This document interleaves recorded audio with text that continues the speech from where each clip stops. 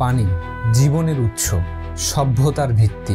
কিন্তু যখন এই পানি এক দেশ থেকে আরেক দেশে প্রবাহিত হয়, তখন তা শুধু জীবনই নয়, রাজনীতি, কূটনীতি এবং সংঘাতের কারণও হয়ে দাঁড়ায়।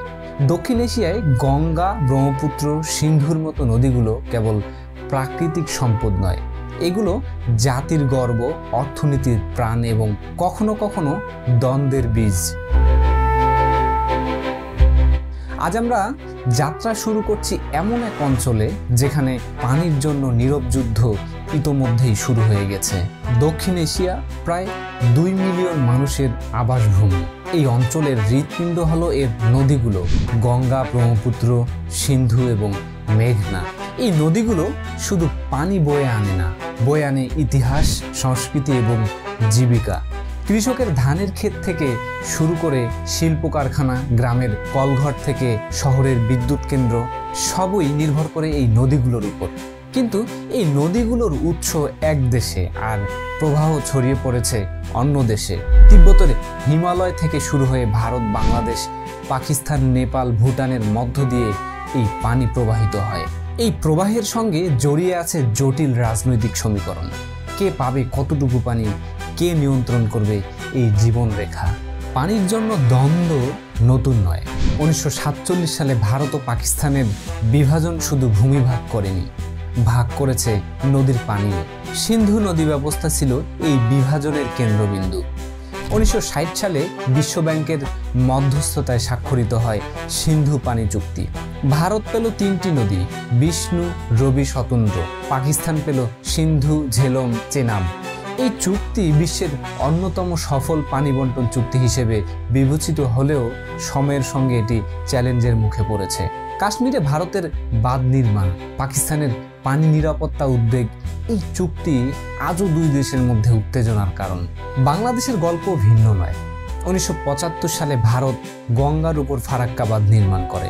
এর ফলে বাংলাদেশের দক্ষিণ পশ্চিমাঞ্চলে পানির প্রবাহ কমে যায়, ফসলের মাঠ শুকিয়ে যায়, নদীতে লবণাক্ততা বাড়ে, সুন্দরবনের জীববৈচিত্র্য হুমকির মধ্যে পড়ে। 1996 সালে ভারত ও পাকিস্তানের মধ্যে গঙ্গা পানি চুক্তি স্বাক্ষরিত হয়, কিন্তু তিস্তা নদী নিয়ে আলোচনা আজও অমীমাংসিত হয়ে রয়েছে। প্রতি বছর বাংলাদেশের উত্তরাঞ্চলে খরা আর ভারতের শিলিগুড়ি করিডোরে পানির প্রয়োজন 2 দেশের মধ্যে পানি ভাগাভাগি একটি কাঁটাযুক্ত বিষয় হয়ে দাঁড়িয়েছে। দক্ষিণ এশিয়ার পানি সংকট আজ একটি বহুমাত্রিক সমস্যা। কৃষিকাজে পানির চাহিদা ক্রমাগত বাড়ছে, শিল্পায়ন এবং নগরায়নে পানির অতিরিক্ত চাপ সৃষ্টি করছে। এর সঙ্গে যুক্ত হয়েছে জলবায়ু পরিবর্তন। হিমালয়ের হিমবাহ গলছে, বর্ষার ধরন বদলাচ্ছে, নদীর প্রবাহ অনিশ্চিত হয়ে উঠছে বারংবার। ভারতের পাঞ্জাব ও হরিয়ানার অতিরিক্ত পানি উত্তোলনের ফলে ভূগর্ভস্থ পানির স্তর বিপজ্জনকভাবে নিচে নেমে গিয়েছে। পাকিস্তানের সিন্ধু নদীর পানি প্রবাহ কমে যাওয়ায় কৃষি ও খাদ্য নিরাপত্তা আজকে হুমকির মুখে পড়েছে। বাংলাদেশের বর্ষায় বন্যার, শুষ্ক মৌসুমে খরা, 2-এর মধ্যে ভারসাম্য খুঁজে পাওয়া খুবই কঠিন হয়ে দাঁড়িয়েছে। দেখুন, এই সংকট শুধু পরিবেশের নয়, এটি সামাজিক এবং অর্থনৈতিক।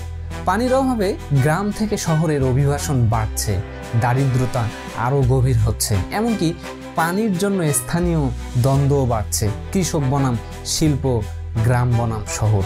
পানির জন্য আঞ্চলিক উত্তেজনা দক্ষিণ এশিয়ার ভূ রাজনীতির একটি বড় অংশ। চীন হিমালয়ের উৎস থেকে ব্রহ্মপুত্র নদী নিয়ন্ত্রণ করে, তারা বড় বড় বাঁধ নির্মাণ করছে। এই বাঁধগুলো ভারতের উত্তর পূর্বাঞ্চল এবং বাংলাদেশের জন্য এখন হুমকি হয়ে দাঁড়িয়েছে। ভারত ও পাকিস্তানের মধ্যে সিন্ধু নদী নিয়ে উত্তেজনা ক্রমাগত বাড়ছে। কাশ্মীরে ভারতের নতুন জলবিদ্যুৎ প্রকল্প পাকিস্তানের কাছে পানির অস্ত্র হিসেবে দেখা হচ্ছে। অন্যদিকে ভারত তিস্তা নদীর পানি নিয়ন্ত্রণ করে বাংলাদেশের কৃষি ও জীবিকার উপর প্রভাব ফেলছে। এই উত্তেজনা শুধু সরকারের মধ্যে সীমাবদ্ধ নেই, জনগণের মধ্যেও অসন্তোষ বাড়ছে। পানির অভাবে বাংলাদেশের গ্রামগুলোতে প্রতিবাদ হচ্ছে, পাকিস্তানে কৃষকেরা রাস্তায় নামছেন। এই অঞ্চলের শান্তি ও স্থিতিশীলতা এখন পানির উপর নির্ভর করছে। এর সঙ্গে যুক্ত হয়েছে জাতিসংঘের পূর্বাভাস, এটি অত্যন্ত ভয়াবহ। 2050 সালের মধ্যে দক্ষিণ এশিয়ার বিশাল জনগোষ্ঠী পানির মারাত্মক সংকটের মুখোমুখি হবে। কৃষি উৎপাদন কমবে, খাদ্য নিরাপত্তা বিপন্ন হবে, অভিবাসন ও দারিদ্রতা বাড়বে। এমনকি সশস্ত্র সংঘাতের আশঙ্কাও উড়িয়ে দেওয়া যায় না। কিন্তু এই সংকট অপরিহার্য নয়, সমাধান কিন্তু আছে সামনে। আন্তর্দেশীয় পানি চুক্তি শক্তিশালী করা, নদীগুলো যৌথ ব্যবস্থাপনায় নিয়ে আসা, টেকসই প্রযুক্তির ব্যবহার, এগুলো দিয়ে এই সংকট এড়ানো সম্ভব। দেখুন, আমি কিন্তু এই কথাটা এমনিতেই বলছি না, এর কিন্তু উদাহরণও রয়েছে। যেমন নীল নদের ওপর ইথিওপিয়া, সুদান ও মিশরের মধ্যে চলমান আলোচনা, ইউরোপে দানিউব নদীর যৌথ ব্যবস্থাপনা, দক্ষিণ এশিয়াও এই পথে কিন্তু হাঁটতে পারে যদি রাজনৈতিক ইচ্ছা আমাদের থাকে। মনে রাখতে হবে, পানি কোনো একক দেশের সম্পদ নয়, এটি আমাদের সকলের জীবন রস। দক্ষিণ এশিয়ার নদীগুলো আমাদের শান্তি ও সমৃদ্ধির প্রতীক হতে পারে যদি আমরা একসঙ্গে কাজ করি। আমাদের প্রয়োজন সমঝোতা, দূরদর্শী নেতৃত্ব এবং সর্বোপরি জনগণের সচেতনতা। আজ আমরা যদি পানির জন্য একটি শান্তিপূর্ণ পথ বেছে নেই, তবে আগামীকাল এই নদীগুলোই আমাদের সন্তানদের জন্য জীবন বয়ে আনবে, সংঘাত নয়।